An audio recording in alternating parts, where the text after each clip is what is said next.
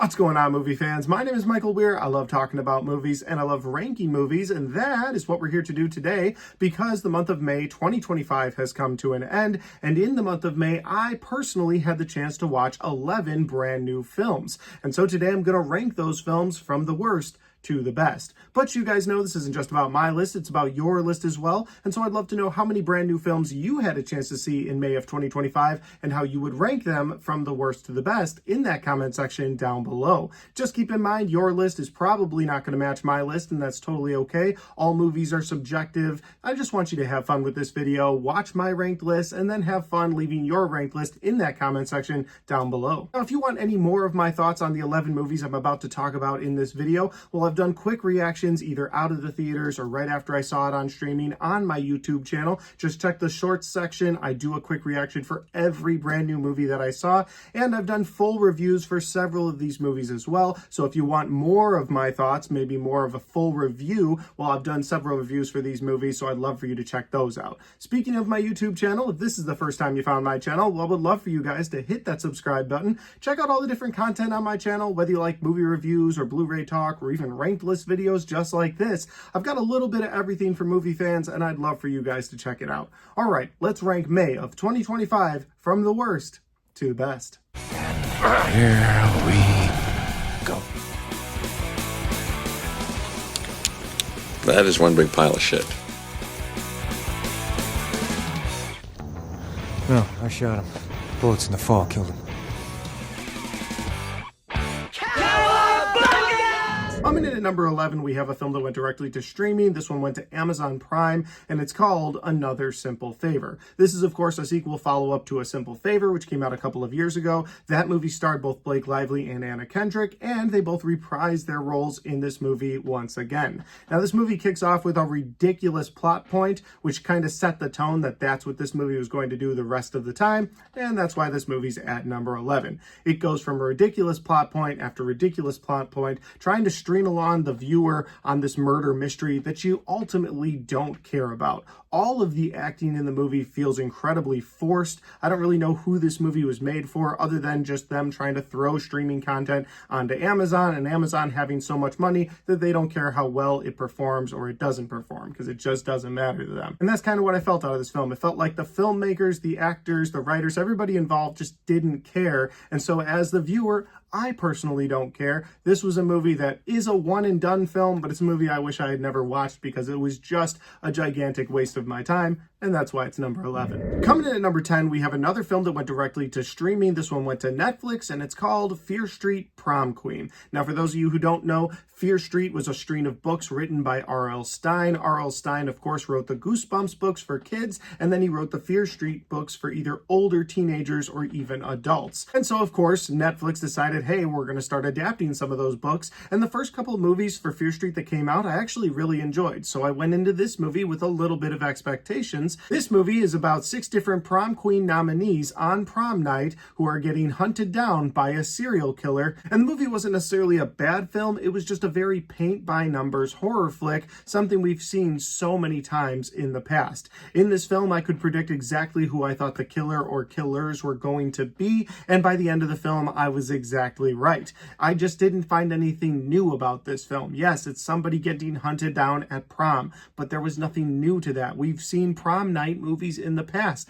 where prom queens are getting hunted down. So this movie added nothing new to the prom night genre of horror films. It just, again, seemed very paint by numbers. So for all those reasons, this movie is number 10. Now, coming in at number 9, we have another streaming film. This one went directly to Apple Plus, and it's called Fountain of Youth. Now, just like Fear Street Prom Queen, this isn't necessarily a bad movie, but it's so mid that I can't put it any lower on this list. The movie feels like a ripoff of both Indiana Jones and National Treasure. You've got John Krasinski's character and Natalie Portman's character as brother and sister who are looking for these artifacts, very much so like National Treasure, in these crazy places around the world just to try and get to the Fountain of Youth, which then feels like an Indiana Jones movie. And I feel like this movie lacks a lot of identity, and that's what makes it so mid, because again, it feels like 2 different franchises merged together with no real identity of its own. The bigger travesty to me in this entire film isn't the wasted potential of both Natalie Portman and John Krasinski or the wasted story, because maybe you could have just made all of that work. The biggest problem to me in this movie is actually the fact that this is directed by one of my favorite directors in Guy Ritchie, and it had none of that fun, snappy dialogue you like out of a Guy Ritchie film.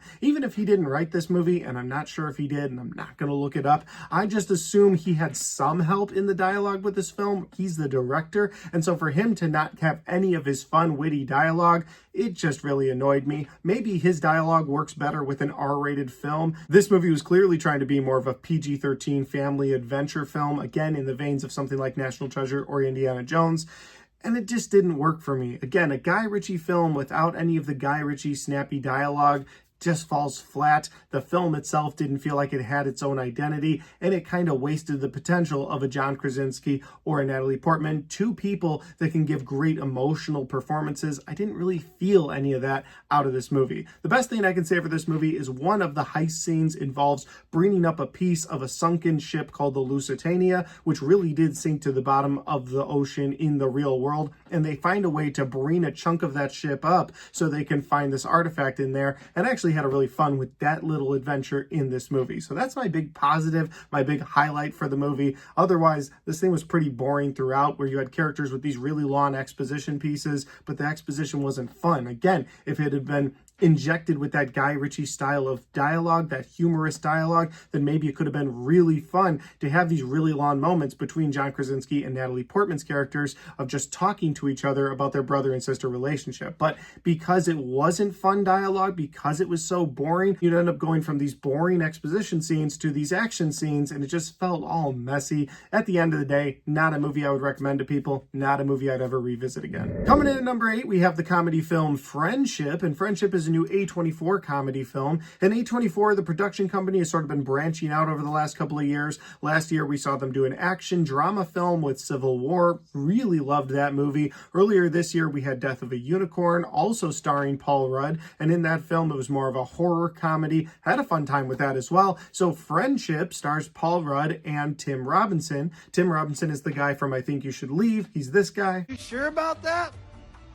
You sure about that? You sure about that? So if you're a big fan of the kind of humor he brings to that show, well, you're going to get a lot of that in this movie. It's probably the best thing I can say about this movie is that it's very funny. It's awkward humor. It makes you cringe quite a bit when you're watching this movie in the theater because it's these really awkward situations, and then you have to continue living with those characters. And that's also kind of a negative for this film because while the I Think You Should Leave skits are about 4 or 5 minutes long, they're very funny because they're these really awkward situations with this really awkward guy, always played by Tim Robinson. When you get into this movie, you have to live with that character for the runtime of a film over the span of several days, several weeks. And so he'll do these really awkward things. Like at one point, he puts a bar of soap in his mouth in front of a bunch of his guy friends and's like, I know what I did, Ron. I'll put this bar of soap in my mouth. And yes, it's funny in that moment because it's so awkward and cringy, but then you have to continue living with that character. The skit doesn't end there.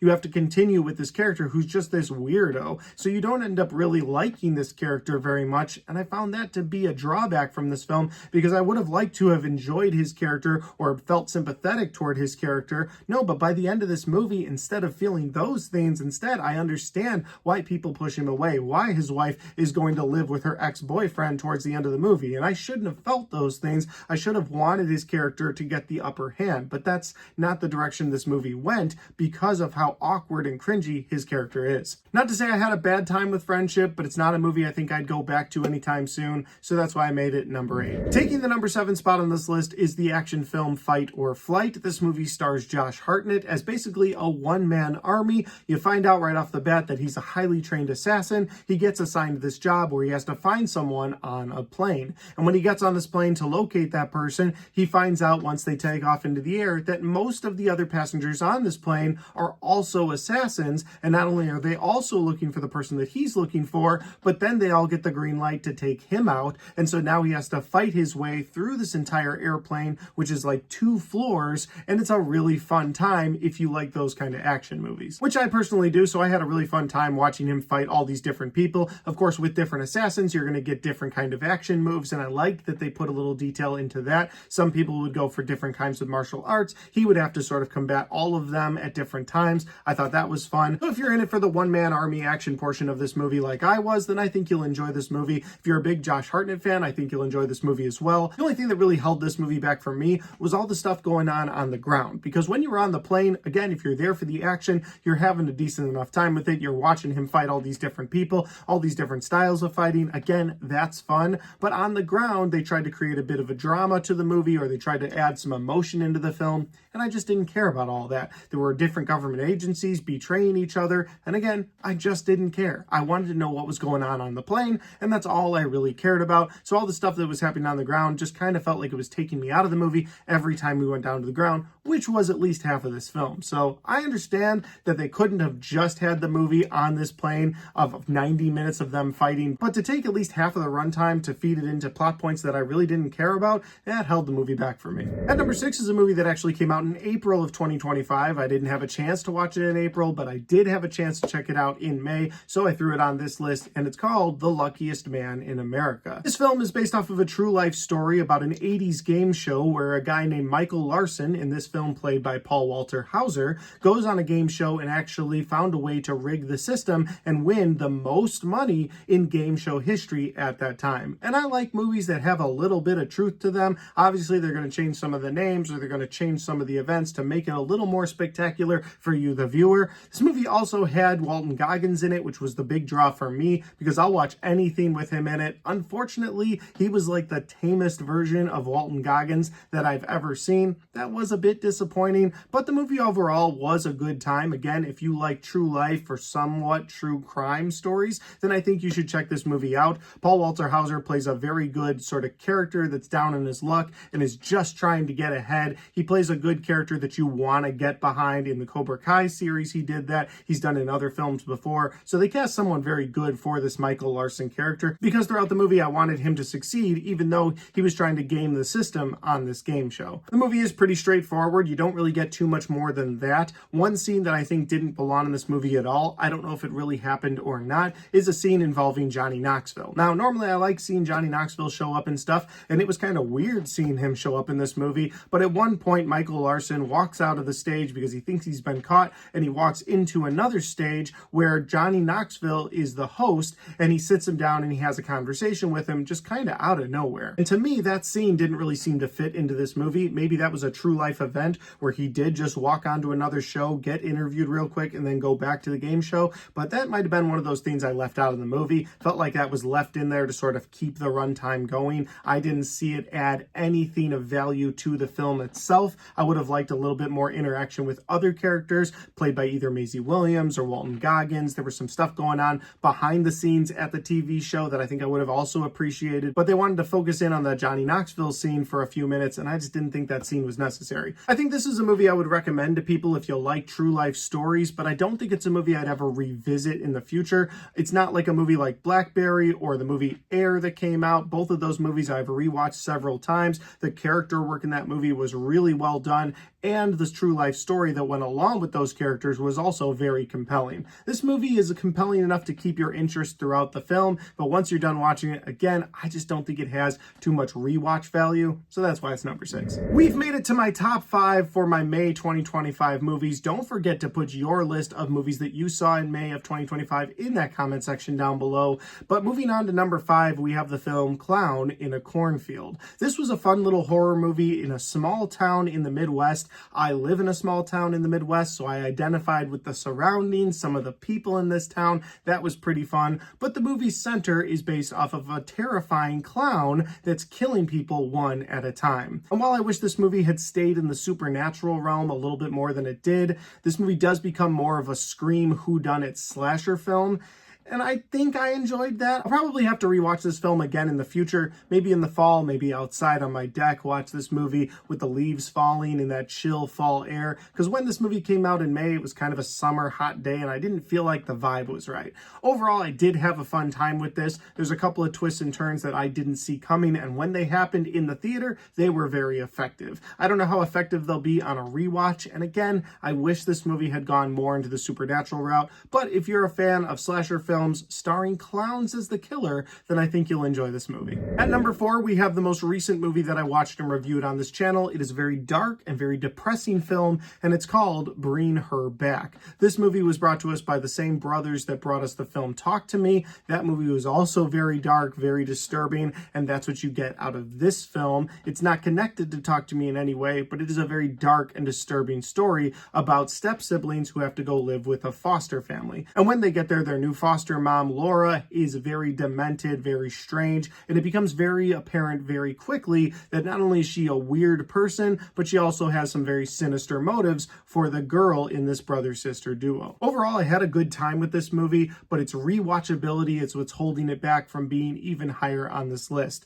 I've talked about rewatchability a couple times before on this list already, and I think rewatchability really is important to a film, and this is one of those movies that isn't a bad movie. That's not why I don't want to go back to it, but it's such a heavy, dark, depressing film that starts very dark for the characters, ends very dark for the characters, that it's just not a movie I plan to go back to anytime soon. In the future, if I rewatch this movie, I'm really going to have to be in a mood where I'm ready to be depressed, because that's what this movie did. It sucked all of the joy out of me that I had walking into the theater, and that's not necessarily a bad thing. Movies that can evoke a lot of emotion out of people, I think, do their job. So I'm not saying this movie's bad for that reason. I'm just trying to justify why I put it at number 4. Would I recommend this movie to people? If you're in it for a dark, depressing, slow burn horror film, then I think you'll have a good time with it, or at least you'll get the product that you know you're going to get. If that's not your style of horror movie, or you really get turned off by kids being put in really abusive, either physically or mentally situations,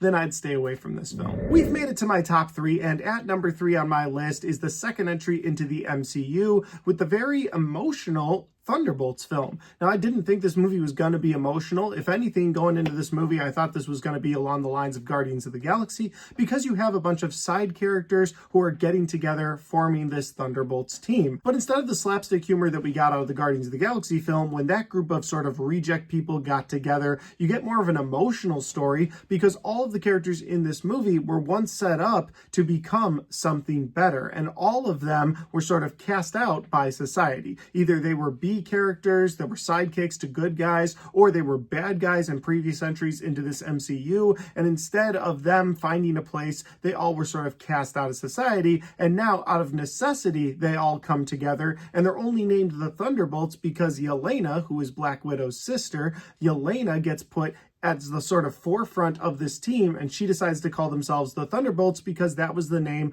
of her soccer team growing up. And of course, at the end of this movie, I'm going to give a little spoiler here. If you haven't seen it yet or you don't know, then minor spoilers ahead. But at the end of this movie, the Thunderbolts gets rebranded as the New Avengers. I said minor spoiler, but that's kind of a big spoiler, so my bad. I don't know, but you probably already know that. The point I'm making here is that I liked what Marvel did with this film. Instead of going the slapstick Marvel route, they ended up going a very emotional route with this film. They made it about how you feel as a superhero, as someone who has the ability to do things, and maybe you've never done the things that you should have lived up to in the past, and it almost gives a redemption arc to all of the characters in this movie. Well, all the characters except for Taskmaster, and I really don't know how to feel about that, because people were pissed that Taskmaster was a girl in the first place, and then what they do with her character in this film, people were pissed about, and I was like, you can't make everybody happy all the time. Point I'm making here is that it did have some of that fun Marvel humor. It had a lot of fun Marvel action that we've come to expect. But again, I really love the emotional draw of this film between Yelena and the rest of this new group of Thunderbolts. Coming in at number 2 is a movie that was my number 1 most anticipated movie for the entire year.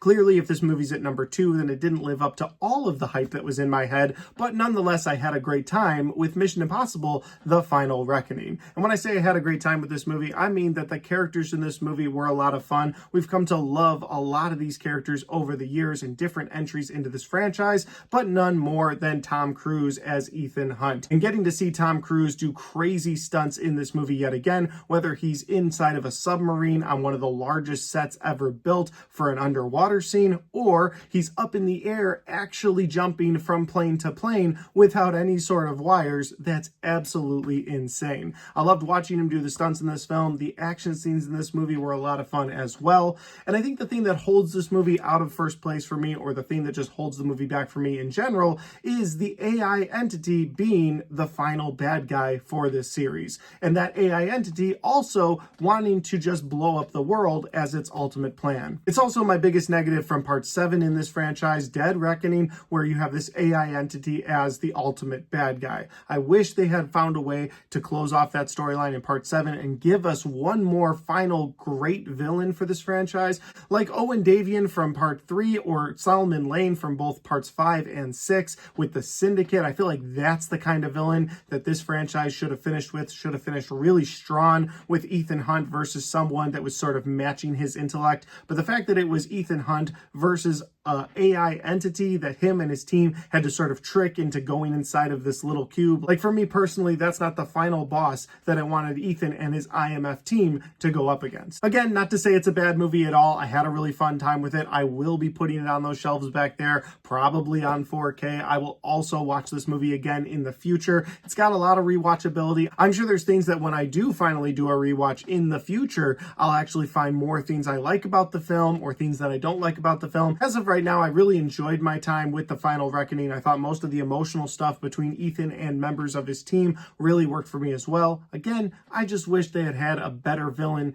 to cap off this series. And that brings us to my number 1 pick for May of 2025, and it is Final Destination Bloodlines, the 6th entry into the Final Destination franchise. I didn't really know what to expect out of this movie because over the years we'd seen some really high highs in this franchise with part 1, part 5, part 2, and some really low lows in this franchise with parts of 3 and all of part 4. So I didn't know what to expect out of this movie, but I ended up having a damn good time in the theater. The new deaths they were able to cook up for this new entry were a lot of fun. There were a lot of different log trucks and use of logs in this film that I thought worked really well. And I loved that there were little Easter eggs in this movie for fans of the franchise. At one point, you see the entire poster for Final Destination 5 on another character. I'll just leave it at that. If you've seen the movie and you're a fan of the franchise, you probably spotted it right away like I did. I thought that was pretty cool. But this movie also had an emotional draw that really worked for me with the send-off of William Bloodworth, played by Tony Todd. Now, of course, Tony Todd died in real life after filming his scenes for this movie, so of course, rest in peace to Tony Todd. But I think the way that they handled his character exiting this franchise, not only finally giving you a backstory for his character, finally giving you the understanding of why his character would show up in these Final Destination films and know so much about death and death's process, but giving Tony Todd's character an emotional send-off to not just the people in the film, but to you, the viewer. I honestly don't think an emotional send-off for a person who died in real life has been handled that well since maybe Fast and Furious Part 7, where I think they did such a great job with Paul Walker's send-off. Again, I think that it's on that level. It's a great emotional send-off to William Bloodworth, a great emotional send-off for fans of Tony Todd. So the emotional beats in this movie worked for me. The deaths in this movie worked for me. Oh, and oh yeah, there's some great humor peppered into this film that I really loved as well. For those of you who don't like that trope of the Final Destination films of a bunch of people that survive death at the beginning of the movie and then get taken out one at a time, if you don't like that trope that they use over and over, I do think they mix that up a bit as well in this film, because instead of it being a bunch of people that survive an accident at the beginning of the movie, it's a bunch of people that are descendants of someone who survived and then found a way to live throughout the years. And so now death is coming for an entire bloodline of people instead of just a group of people. So you get a lot of unique deaths in this movie, and I think they brought the franchise back in a big way, to the point where I'm really looking forward to the next Final Destination entry. Hopefully we don't have to wait another 14 years or however long it's been since the last Final Destination movie came out. Hopefully we can get another one in the next year year or two. Yes, I want a developed story. Yes, I want some great deaths. But for me, the train is moving on this franchise. They need to greenlight a sequel to Final Destination Bloodlines and move forward with a new set of characters, maybe even a new set of rules. So clearly I had a really fun time with Final Destination Bloodlines. It's a movie I would highly recommend to everybody who's a movie fan, especially horror fans or fans of the Final Destination franchise. And guys, that's my list of May 2025 movies ranked from worst to best. Have you had a chance to see any of these movies? I'd love to know your thoughts on these movies in that comment section down below. And like I said at the beginning of this video, if you've got a ranked list, I'd love for you to throw that in that comment section as well. Finally, guys, if you like this video, don't forget to hit the like button because it helps the video, it helps the channel, and it helps me right here. Thanks for watching. I'll see you next time.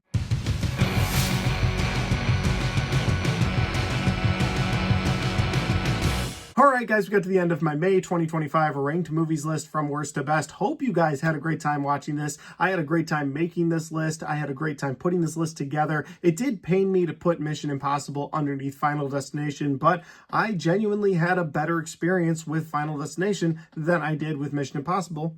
And that's how the list came out. With all that said though, guys, if you want to check out any of the other content on my channel, well, I've got all of my best and worst of 2025 right there. And I've got all of my 2025 movie reviews right there.